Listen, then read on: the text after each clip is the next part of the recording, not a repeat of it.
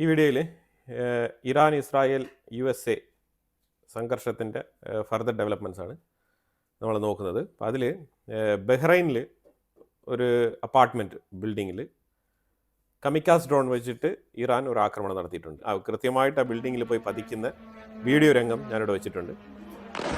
Middle ഈസ്റ്റിൽ overall ഇറാൻ്റെ direct ഓപ്പോസിറ്റിലിരിക്കുന്ന എല്ലാ രാജ്യങ്ങൾക്കും തന്നെ ഭീഷണി ഉയർത്തിക്കൊണ്ടാണ് ഇറാൻ അവരുടെ ഒരു ഡിഫൻസ് മെക്കാനിസം ബിൽഡ് ചെയ്യാൻ ശ്രമിക്കുന്നത്. ഇപ്പോൾ നമ്മൾ എന്തുകൊണ്ടാണ് ഇറാൻ ഇത്തരത്തിൽ തീരുമാനിക്കുന്നത് പറഞ്ഞാൽ അവർക്ക് ഒരു ഗ്ലോബൽ പ്രഷർ ബിൽഡ് ചെയ്യേണ്ടതുണ്ട്. ആ ഗ്ലോബൽ പ്രഷർ ബിൽഡ് ചെയ്യാൻ ഏറ്റവും സൂപ്പർബായിട്ടുള്ള രാജ്യങ്ങളാണ് മിഡിൽ ഈസ്റ്റ് ഏരിയയിൽ കിടക്കുന്ന Saudi Arabia, Qatar, Kuwait, Bahrain പോലത്തെ രാജ്യങ്ങളൊക്കെ. സ്ട്രെയ്റ്റ് ഓഫ് ഹോർമസിലൂടെ നടക്കുന്ന ട്രാൻസ്പോർട്ടേഷൻസിൽ ഏറ്റവും കൂടുതൽ പോകുന്നത് ഈ രാജ്യങ്ങളിൽ നിന്നാണ്. അപ്പം ഈ ഷിപ്മെൻറ്റ്സിനെ തടയുക, അതുപോലെ തന്നെ മിഡിൽ ഈസ്റ്റ് രാജ്യങ്ങളിലേക്ക് ഇനി നോക്കൂ, ഇനി സ്ട്രെയ്റ്റ് ഓഫ് ഹോർമസിലൂടെ ഏറ്റവും കൂടുതൽ ചരക്ക് ഗതാഗതം നടക്കേണ്ടതുണ്ട്. അതുപോലെ തന്നെ അവരുടെ നിത്യോപയോഗ സാധനങ്ങൾ പല രാജ്യങ്ങളിൽ നിന്നും ഷിപ്മെൻറ്റ് ത്രൂ വരേണ്ടതുണ്ട്. അപ്പം ഇത്തരത്തിലുള്ള വിഷയങ്ങൾക്കെല്ലാം ഒരു തടസ്സം സൃഷ്ടിക്കാൻ പറ്റും. ഇങ്ങനെ സ്ട്രെയ്റ്റ് ഓഫ് ഹോർമസിൽ കൃത്യമായിട്ടുള്ള ആക്രമണങ്ങൾ തുടരെ നടത്തുന്നതിലൂടെ ഇത്തരത്തിൽ ഇറാനിന് ഒരു ഡോമിനേഷൻ കിട്ടും. അതിലൂടെ ഈ മറ്റുള്ള ഈ സുന്നി രാജ്യങ്ങളെല്ലാം കൂടി ചേർന്നിട്ട് അമേരിക്കയുടെ മേലൊരു പ്രഷർ ഇട്ട് ഇറാൻ്റെ മേലൊരു ആക്രമണം വേണ്ട, നിർത്താം എന്നുള്ള നിലയിലൊക്കെ മുന്നോട്ട് പോയി കഴിഞ്ഞാൽ അത്രയ്ക്ക് അവർക്ക് ആശ്വാസം. അപ്പോൾ അത്തരത്തിലാണ് അവർ നീങ്ങുന്നത്. ഇതിലേറ്റവും കൂടുതൽ അവർ ടാർഗറ്റ് ചെയ്യാൻ ഉദ്ദേശിച്ചിരിക്കുന്നത് ദുബായാണ്. ദുബായ് എന്ന് പറഞ്ഞ നഗരം. അപ്പം UAE ആണ് മെയിനായിട്ട് അവർ ടാർഗറ്റ് ചെയ്യുന്നത്. അടുത്ത് വരെ ബുർജ് ഖലീഫയുടെ തൊട്ടടുത്ത് വരെ അവർ ഷാഹിദ് ഡ്രോൺ അയച്ചിട്ടുണ്ട്. അതുപോലെ അറ്റ്ലാന്റിസ് ദ പാം വലിയ ഹോട്ടലാണത് ഉള്ള ബിൽഡിങ്ങുകളിൽ അവർ കൃത്യമായിട്ട് ഡ്രോൺ കൊണ്ട് ആക്രമണം നടത്തിയിട്ടുണ്ട്. ആ ബിൽഡിങ്ങിൽ പതിച്ചിട്ടുണ്ട് ഡ്രോൺ. അപ്പം ഇത്തരത്തിൽ തുടരെ ആക്രമണങ്ങൾ ദുബായ് ടാർഗറ്റ് ചെയ്ത് നടത്താനാണ് ഏറ്റവും കൂടുതൽ അവർക്ക് താല്പര്യം. കാരണം ദുബായ് എന്ന് പറയുമ്പോഴത്തേക്കും ഒരു ഗ്ലോബൽ ഫോക്കസ് പോയിന്റ് ആണ്. നമ്മൾ മറ്റേത് രാജ്യത്തെ എടുത്താലും അവർക്ക് ഇത്രമാത്രം ഒരു പോപ്പുലേഷൻ, അതായത് മൾട്ടി കൾച്ചർ, പല രാജ്യങ്ങളിലുമുള്ള ആൾക്കാർ ഇത്രമാത്രം തിങ്ങിപ്പാർക്കുന്ന ഒരു നഗരം വേറെയില്ല. ദുബായെ അറ്റാക്ക് ചെയ്യുക എന്നുള്ളത് ഒരു ഈസി ടാസ്ക് ആയിട്ടാണ് ഇറാൻ കരുതുന്നത്. കാരണം വളരെ എളുപ്പമാണ്. അറ്റാക്ക് ചെയ്ത് കഴിഞ്ഞാൽ അതിന് ഇമ്പാക്റ്റ് ഗ്ലോബലി റിഫ്ലക്റ്റ് ചെയ്യും. അപ്പോൾ അതുകൊണ്ട് ദുബായെ അവർ മാറി ടാർഗറ്റ് ചെയ്യാനുള്ള സാധ്യത വളരെ കൂടുതലാണ്. അപ്പോൾ ഇതിലൂടെ സംഭവിക്കാൻ പോകുന്നത് ഇപ്പം സ്ട്രെയ്റ്റ് ഓഫ് ഹോർമസിൽ മാത്രമല്ല, ദുബായ് എയർപോർട്ട് ഇപ്പോൾ ഷട്ട് ഡൗൺ ചെയ്തിരിക്കുകയാണ്. അതായത് ഏതാണ്ട് 2000+ ഡെയിലി സർവീസസ് നടക്കുന്ന എയർപോർട്ടാണ് ഷട്ട് ഡൗൺ ചെയ്ത് വെച്ചിരിക്കുന്നത്. അപ്പോൾ അതിൻ്റെ ഇമ്പാക്റ്റ് എത്രമാത്രമാണെന്നുള്ളത് ജസ്റ്റ് ഒന്ന് ചിന്തിച്ച് നോക്കിയാൽ മതി. അതുപോലെ ജബൽ അലി പോർട്ട് ക്ലോസ് ചെയ്തിരിക്കുകയാണ്. ജബൽ അലി പോർട്ടിൻ്റെ അടുത്തും ഇതേപോലെ ഒരു ആക്രമണം നടന്നിട്ടുണ്ട്. അപ്പോൾ ജബൽ അലി പോർട്ടിൽ അപകടമുണ്ടായതിനെ തുടർന്ന് ജബൽ അലി പോർട്ട് ഷട്ട് ഡൗൺ ചെയ്ത് വെച്ചിരിക്കുകയാണ്. അപ്പോൾ പോർട്ട് സർവീസ് നമ്മളൊന്ന് ആലോചിച്ച് നോക്കണം. ഏതാണ്ട് 70,000-ൽ പരം 70,000+ ട്രാൻസാക്ഷൻസ് നടക്കുന്ന ഒരു പോർട്ടാണ് ജബൽ അലി പോർട്ട്. അപ്പോൾ അത്രമാത്രം ട്രാൻസാക്ഷൻസ് മീൻസ് അത്രമാത്രം ഷിപ്മെൻറ്റുകൾ അവിടെ തടസ്സപ്പെടുകയാണ്. അപ്പോൾ ഇത് വല്ലാത്ത രീതിയിൽ ഒരു ക്രൈസിസ് ഉണ്ടാക്കും. അപ്പോൾ ആ ക്രൈസിസ് മുതലെടുത്തുകൊണ്ട് ഒരു ഡോമിനേഷൻ അല്ലെങ്കിൽ ഒരു നെഗോസിയേഷൻ എന്നുള്ള തരത്തിലേക്ക് വരാം എന്നുള്ളതാണ് ഇറാൻ്റെ ഉദ്ദേശം. പക്ഷേ ഇറാൻ്റെ ഉള്ളിൽ തകൃതിയായിട്ടുള്ള ആക്രമണങ്ങൾ നടന്നുകൊണ്ടിരിക്കുകയാണ്. 4ാം ഘട്ട ആക്രമണം, അതായത് 4th വേവ് അറ്റാക്കിന് വേണ്ടിയിട്ട് ഇസ്രായേൽ ഇപ്പം ഇറങ്ങിയിരിക്കുകയാണ്. ഇസ്രായേലും അമേരിക്കയും. ഇതിലൊരു കാര്യം മനസ്സിലാക്കേണ്ടത്, ഇറാനെ അറ്റാക്ക് ചെയ്യുന്നതിന് മുമ്പ് ഇസ്രായേൽ എന്തുകൊണ്ട് ഇന്ന് ഈ യുദ്ധം സ്റ്റാർട്ട് ചെയ്തത് എന്നതിന് ഒരു എക്സ്പ്ലനേഷൻ കൊടുത്തിട്ടുണ്ട്. ആ എക്സ്പ്ലനേഷൻ എന്താണെന്ന് പറഞ്ഞാൽ, കർമൻഷാ എന്ന് പറഞ്ഞ ഇറാൻ്റെ ആ സ്ഥലത്ത് ഒരു സീക്രട്ട് ആയിട്ടുള്ള മീറ്റിംഗ് നടക്കുന്നുണ്ട് എന്നുള്ളൊരു വിവരം ലഭിച്ചതിനെ തുടർന്ന് കർമൻഷായിൽ ആയത്തുൽ അലി ഖമനേയി എത്തുന്നു എന്നുള്ളൊരു വിവരം ചോർന്ന് കിട്ടിയിട്ടുണ്ട്. അതിനെ തുടർന്നാണ് അവിടെ ആക്രമണം നടത്തിയത്. അതുകൊണ്ടാണ് ഇപ്പോഴും ആയത്തുൽ അലി ഖമനേയി ജീവിച്ചിരിപ്പുണ്ടോ ഇല്ലയോ എന്നുള്ള തരത്തിലുള്ള ഒരു അനുമാനങ്ങൾ, സ്പെക്കുലേഷൻസ്, പല ഡൗട്ട് ഇതൊക്കെ വരുന്നത്. ഈ മീറ്റിങ്ങിൽ ആയത്തുൽ അലി ഖമനേയി പങ്കെടുത്തിട്ടുണ്ടാവാനുള്ള സാധ്യതയുണ്ട് എന്നാണ് ഇസ്രായേലിൻ്റെ നിഗമനം. പക്ഷേ ഇറാൻ്റെ ഉള്ളിൽ നിന്ന് പറയുന്നത് ആയത്തുൽ അലി ഖമനേയി ആ മീറ്റിങ്ങിൽ പങ്കെടുത്തിട്ടില്ല എന്നാണ്. അപ്പോൾ അതുപോലെ പെസസ്കിയാനും പങ്കെടുത്തിട്ടില്ല. അപ്പോൾ അതുകൊണ്ട് അവിടെ ആക്രമണം നടന്നു.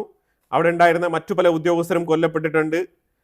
പക്ഷേ ആയത്തുൽ അലി ഖമനേയിക്കും മസൂദ് പെസസ്കിയാനും ഒന്നും സംഭവിച്ചിട്ടില്ല എന്നാണ് പറയുന്നത്. IRGCയിൽപ്പെട്ട കുറേ ആൾക്കാർ കൊല്ലപ്പെട്ടിട്ടുണ്ട് എന്നുള്ളതാണ് വാർത്ത. ഈ അറ്റാക്ക് തുടർച്ചയായിട്ട് യുദ്ധം നടത്താൻ വേണ്ടിയിട്ട് ഇതൊരു കാരണമായി തീരുകയാണ്. അപ്പോൾ അതായത് ഇനിഷ്യലി ഫിക്സ് ചെയ്ത ടാർഗറ്റ് അച്ചീവ് ചെയ്യാൻ പറ്റിയില്ല. അപ്പോൾ ഇനിയിപ്പോൾ ആ ടാർഗറ്റ് അച്ചീവ് ചെയ്യുന്നത് വരെ യുദ്ധം തുടർന്നേ പറ്റൂ. അതാണ് നിലവിലെ സാഹചര്യം. ഈ സാഹചര്യത്തിൽ IDF കൺഫേം ചെയ്തിരിക്കുകയാണ് 200 ഫൈറ്റർ ജെറ്റുകളാണ് ഇസ്രായേൽ ഉപയോഗിച്ചത് ഇന്നത്തെ ഓപ്പറേഷനിൽ. ലാർജസ്റ്റ് മിലിറ്ററി ഫ്ലൈ ഓവർ എന്നാണ് ഇസ്രായേൽ തന്നെ വിശേഷിപ്പിക്കുന്നത്. കറൻ്റ്ലി ഏതാണ്ട് 500 ടാർഗറ്റ് അറ്റാക്ക് ചെയ്തിട്ടുണ്ട്. 500 ടാർഗറ്റുകളാണ് അറ്റാക്ക് ചെയ്തിരിക്കുന്നത്. ഇസ്രായേൽ പ്രാഥമികമായിട്ട് ടാർഗറ്റ് ചെയ്ത് അറ്റാക്ക് നടത്തുന്നത്. അപ്പോൾ എവിടെയൊക്കെ ലോഞ്ച് പാഡുകളുണ്ടോ അതൊക്കെ തന്നെ ടാർഗറ്റ് ചെയ്ത് അറ്റാക്ക് നടത്തിക്കൊണ്ടേയിരിക്കുമെന്നാണ് ഇസ്രായേലിൻ്റെ സൈഡിൽ നിന്ന് പറഞ്ഞ സ്റ്റേറ്റ്മെൻറ്റ്. അപ്പോൾ ഇതിനകത്തൊരു കാര്യം മനസ്സിലാക്കേണ്ടത്, ഇറാനെ അറ്റാക്ക് ചെയ്യുമ്പോൾ ഇതിനു മുമ്പ് ഓൾറെഡി എക്സ്പീരിയൻസ് ഉണ്ട്.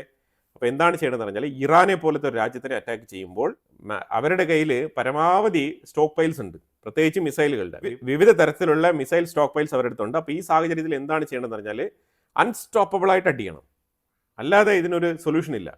അത് ഗ്യാപ്പ് വിട്ട് കഴിഞ്ഞാൽ അവർ മിസൈൽ തുരിതര വിട്ടുകൊണ്ടേയിരിക്കും. കാരണം ഇറാൻ എന്ന് പറയുമ്പോഴത്തേക്കും വലിയൊരു രാജ്യമാണ്. അപ്പോൾ അവർ എവിടെയൊക്കെ ഇവർക്ക് മിസൈൽ സ്റ്റേഷൻസ് ഉണ്ട്, അപ്പോൾ എവിടെ നിന്നാണ് ഇവരിത് ലോഞ്ച് ചെയ്യുന്നത്, ഇതെല്ലാം തന്നെ കൃത്യമായിട്ട് മോണിറ്റർ ചെയ്യണമെന്നുണ്ടെങ്കിൽ കൃത്യമായിട്ടുള്ള സർവൈലൻസ്, നിരീക്ഷണം 24/7 നടത്തിക്കൊണ്ടേയിരിക്കണം. അതുപോലെ തന്നെ കൃത്യമായിട്ട് ഇടവേളകളില്ലാതെ അറ്റാക്ക് നടത്തണം. എന്നാൽ മാത്രമേ ഈ മിഡിൽ ഈസ്റ്റിലേക്ക്, മറ്റുള്ള രാജ്യങ്ങളിലേക്ക് വരുന്ന ആക്രമണവും അതേപോലെ ഇസ്രായേലിൻ്റെ ഉള്ളിലേക്ക് വരുന്ന ആക്രമണവും തടയാൻ പറ്റുള്ളൂ. അല്ലാന്നുണ്ടെങ്കിൽ തുരിതര ഇസ്രായേലിൻ്റെ മേളിലേക്ക് മിസൈലുകൾ വന്നു കഴിഞ്ഞാൽ 100 കണക്കിന് മിസൈലുകൾ വരുമ്പോഴത്തേക്കും ഇസ്രായേലിൻ്റെ ഉള്ളിൽ അതെവിടെയെങ്കിലൊക്കെ 5-6 പതിക്കും. അങ്ങനെ പതിക്കുമ്പോൾ തീർച്ചയായിട്ടും വലിയ നാശനഷ്ടങ്ങൾ ഉണ്ടാകും എന്നുള്ളതാണ് യാഥാർത്ഥ്യം. ഇത് തന്നെയാണ് കഴിഞ്ഞ യുദ്ധത്തിലും സംഭവിച്ചത്. അപ്പോൾ അത് റിപ്പീറ്റ് ആവാതിരിക്കാൻ വേണ്ടിയിട്ടുള്ള കൃത്യമായിട്ടുള്ള മുൻകരുതലുകൾ എടുക്കണം. ഇല്ലാന്നുണ്ടെങ്കിൽ പണി കിട്ടും. അങ്ങനെ കിട്ടുന്ന പണിയാണ് മിഡിൽ ഈസ്റ്റിലുള്ള മറ്റുള്ള രാജ്യങ്ങളിലേക്കെല്ലാം ഇപ്പോൾ കിട്ടിക്കൊണ്ടിരിക്കുന്നത്, ഗൾഫ് രാജ്യങ്ങളിലേക്ക്. അപ്പോൾ ഇതിൽ അവർ മിസൈൽ മാറ്റി ഇപ്പോൾ ഡ്രോൺ ആക്രമണം തുടങ്ങിയിരിക്കുകയാണ്. കാരണം മിസൈൽ ഇന്റർസെപ്റ്റ് ചെയ്യപ്പെടുന്നു എന്നുള്ളത് തിരിച്ചറിഞ്ഞുകൊണ്ട് എന്തിനു വെറുതെ മിസൈൽ വേസ്റ്റ് ആക്കുന്നത്, അതെല്ലാം തന്നെ ഇസ്രായേലിലേക്ക് വിടാമല്ലോ. അപ്പോൾ അതുകൊണ്ട് ഡ്രോൺ ആക്രമണം ആവാം എന്നുള്ള നിലയിൽ ഇപ്പോൾ അവർ കമിക്കാസ് ഡ്രോൺ, ഷാഹിദ് ഡ്രോൺ പോലത്തെ ഡ്രോൺ വെച്ചിട്ടുള്ള കളികളാണ് ഇപ്പം ഇറാൻ മിഡിൽ ഈസ്റ്റിൽ നടത്തുന്നത്. മറ്റുള്ള രാജ്യങ്ങളിലേക്കെല്ലാം, പ്രത്യേകിച്ച് UAE ആണ് അവർ മെയിനായിട്ട് ടാർഗറ്റ് ചെയ്യുന്നത്. ഗുലാം ഹുസൈൻ മൊഹസിൻ എജ്ജായി എന്ന് പറഞ്ഞ അവരുടെ ജഡ്ജി, ചീഫ് ജഡ്ജ്, ഇയാളാണ് ഈ നിലവിൽ പ്രതിഷേധത്തിൽ പിടിക്കപ്പെട്ട ആൾക്കാർക്കൊക്കെ വധശിക്ഷ വിധിച്ച ആ ജഡ്ജ്. ഈ ജഡ്ജി കൊല്ലപ്പെട്ടു എന്നുള്ള വാർത്ത വരുന്നുണ്ട്. ഇത് ഇസ്രായേലിൻ്റെ സൈഡിൽ നിന്നാണ് കൺഫേം ചെയ്യുന്നത്. പക്ഷേ ഇറാൻ്റെ സൈഡിൽ നിന്ന് ഇതൊന്നും തന്നെ കൺഫേം ചെയ്യപ്പെടുന്നില്ല. അതായത് ഒരു മരണവും ഇറാൻ കൺഫേം ആക്കിയിട്ടില്ല. അപ്പം ഇതെല്ലാം ഇസ്രായേലിൻ്റെ സൈഡിൽ നിന്നുള്ള കൺഫർമേഷൻസ് ആണ്. സോഫാർ 4 ഇറാനിയൻ ഇന്റലിജൻസ് ഓഫീസേഴ്സ് കൊല്ലപ്പെട്ടതായിട്ടുള്ള വാർത്ത വരുന്നുണ്ട്. 4 ഇറാനിയൻ ഇന്റലിജൻസ് ഓഫീസേഴ്സ്. ആയത്തുള്ള അലി ഖമനേയി കൊല്ലപ്പെട്ടതായിട്ടുള്ള ഒരു വാർത്തയും വരുന്നുണ്ട്. ഇപ്പോൾ ലേറ്റസ്റ്റ് ആയിട്ട് ഇറാൻ ഇന്റർനാഷണൽ എന്ന് പറഞ്ഞ പത്രമാണ് ഇത് അപ്ഡേറ്റ് ചെയ്തിരിക്കുന്നത്. എന്തായാലും ഇതിൻ്റെ കൺഫർമേഷൻ ഓൾമോസ്റ്റ് കൺഫേംഡ് ആയിട്ടുള്ള ഒരു വാർത്തയായിട്ടാണ് മനസ്സിലാക്കാൻ വരുന്നത്. അപ്പോൾ ഇങ്ങനൊരു വാർത്ത വരുന്നുണ്ട്. അതുപോലെ Iran strait of Hormuz close ചെയ്യുന്നതായിട്ടുള്ള പ്രഖ്യാപനം നടത്തിയിട്ടുണ്ട്. ഇറാൻ സ്ട്രൈറ്റ് ഓഫ് ഹോർമോസ് അടയ്ക്കുക എന്ന് പറഞ്ഞു കഴിഞ്ഞാൽ അത് വലിയ രീതിയിലുള്ള പ്രതിസന്ധി ഉണ്ടാക്കും. അവർ ഒരു പ്രഷർ പോളിസി തന്നെയാണ് അപ്ലൈ ചെയ്യാൻ ശ്രമിക്കുന്നത്. തീർച്ചയായിട്ടും അമേരിക്കയുടെ മേളിൽ ഏറ്റവും കൂടുതൽ സമ്മർദ്ദം, പ്രത്യേകിച്ചും ഈ മിഡിൽ ഈസ്റ്റിൽ കിടക്കുന്ന രാജ്യങ്ങൾ, സ്ട്രൈറ്റ് ഓഫ് ഹോർമോസ് ഒരു കീ ട്രാൻസ്പോർട്ട് ഏരിയ ആയിട്ട് ഉപയോഗിക്കുന്ന ഗൾഫ് രാജ്യങ്ങളെല്ലാം കൂടി ചേർന്നിട്ട് ഇസ്രായേലിൻ്റെ മേളിലും അമേരിക്കയുടെ മേളിലും ഒരു സമ്മർദ്ദം പ്രയോഗിച്ച് ഈ യുദ്ധം നിർത്താം എന്നുള്ള നിലയിലുള്ള ഒരു ആ പ്രഷർ പോളിസിയാണ് ഇറാൻ അപ്ലൈ ചെയ്യുന്നത്. പക്ഷേ ഇതിനകത്തൊരു കാര്യം മനസ്സിലാക്കണം.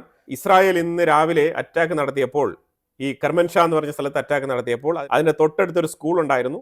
ആ സ്കൂളിലും മിസൈൽ വീണിട്ടുണ്ട്. അപ്പോൾ ആ സ്കൂളിലുണ്ടായിരുന്ന കുട്ടികൾ, ഏതാണ്ട് 40ഓളം കുട്ടികൾ മരണപ്പെട്ടു എന്നുള്ള വാർത്തയാണ് വരുന്നത്. ഇതാണ് ഇറാൻ കൺഫേം ചെയ്യുന്ന വാർത്ത. അങ്ങനെ അത്തരത്തിൽ ഒരു ആക്രമണം നടത്തിയിട്ടുണ്ടെങ്കിൽ തീർച്ചയായിട്ടും മൊസാദ് കൃത്യമായിട്ട് ഈ കർമൻഷാ എന്ന് പറഞ്ഞ ഈ സ്ഥലത്തിലെ ഇന്റലിജൻസ് വിവരശേഖരണം നടത്തിയ സമയത്ത് ഇതിൻ്റെ തൊട്ടടുത്തൊരു സ്കൂൾ പ്രവർത്തിക്കുന്നു എന്നുള്ളത് കൃത്യമായിട്ട് അവർക്ക് അറിയാൻ പറ്റുന്ന ഒരു വിഷയമായിരുന്നു. അപ്പോൾ എന്നാലും ആ സ്കൂൾ അവിടെ ഉണ്ട് എന്നുള്ളത് ഇഗ്നോർ ചെയ്തുകൊണ്ടാണോ ഈ പ്രവൃത്തിയിലേക്ക് പോയത് എന്നുള്ളതിന് ഒരു ക്ലാരിറ്റി അത് വളരെ വ്യക്തമായിട്ട് കൊടുക്കേണ്ടതുണ്ട്. കാരണം യുദ്ധം ചെയ്യുമ്പോഴും ചില എത്തിക്സ് പാലിക്കപ്പെടേണ്ടതുണ്ട്, പ്രത്യേകിച്ച് കുട്ടികളുടെ കാര്യത്തിൽ.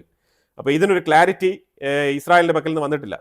അപ്പോൾ ഈ സ്കൂൾ കുട്ടികളെ മൈൻഡ് ചെയ്യാതെ ഇസ്രായേൽ ഈ ഒരു ഓപ്പറേഷൻ നടത്തിയത് രാവിലെ വളരെയധികം ചർച്ച ചെയ്യപ്പെട്ടു. പല മാധ്യമങ്ങളും ഇതിനെ ക്രിട്ടിസൈസ് ചെയ്തു. പക്ഷേ അവിടെ അപ്പോൾ ഈ ആയത്തുള്ള അലി ഖമനേയിയെ കൃത്യമായിട്ട് ടാർഗറ്റ് ചെയ്ത് ഈ ഓപ്പറേഷൻ അറേഞ്ച് ചെയ്തിരുന്നത് കൊണ്ടാണ് സ്കൂൾ പരിസരം പോലും ഇഗ്നോർ ചെയ്തുകൊണ്ട് ഇസ്രായേൽ ഈ ഒരു ഓപ്പറേഷൻ നടത്തിയിരിക്കുന്നത്.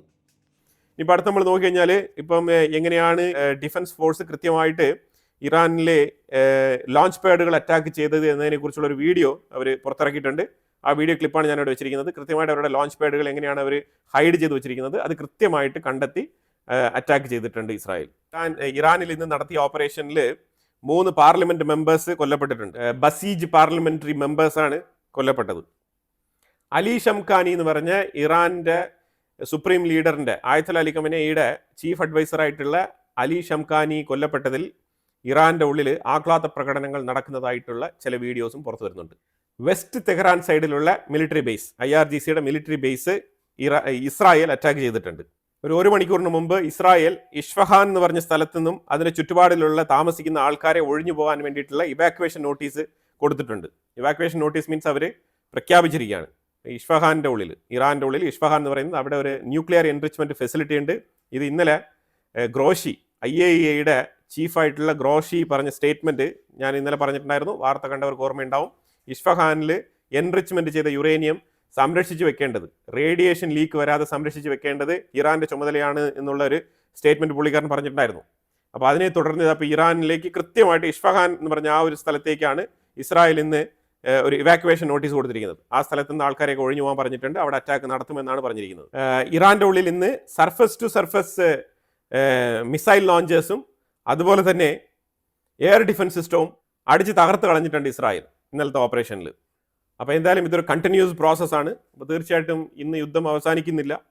തുടർച്ചയായിട്ട് അപ്ഡേറ്റ്സ് കിട്ടുന്ന മുറയ്ക്ക് ഞാൻ അപ്ഡേറ്റ് ചെയ്യാം. ഇതിനെക്കുറിച്ചുള്ള അഭിപ്രായങ്ങൾ കമൻറ്റ് ബോക്സിൽ രേഖപ്പെടുത്തുക. കൂടുതൽ വാർത്തകളുമായിട്ട് അടുത്ത വീഡിയോയിൽ വരാം. Thank you so much.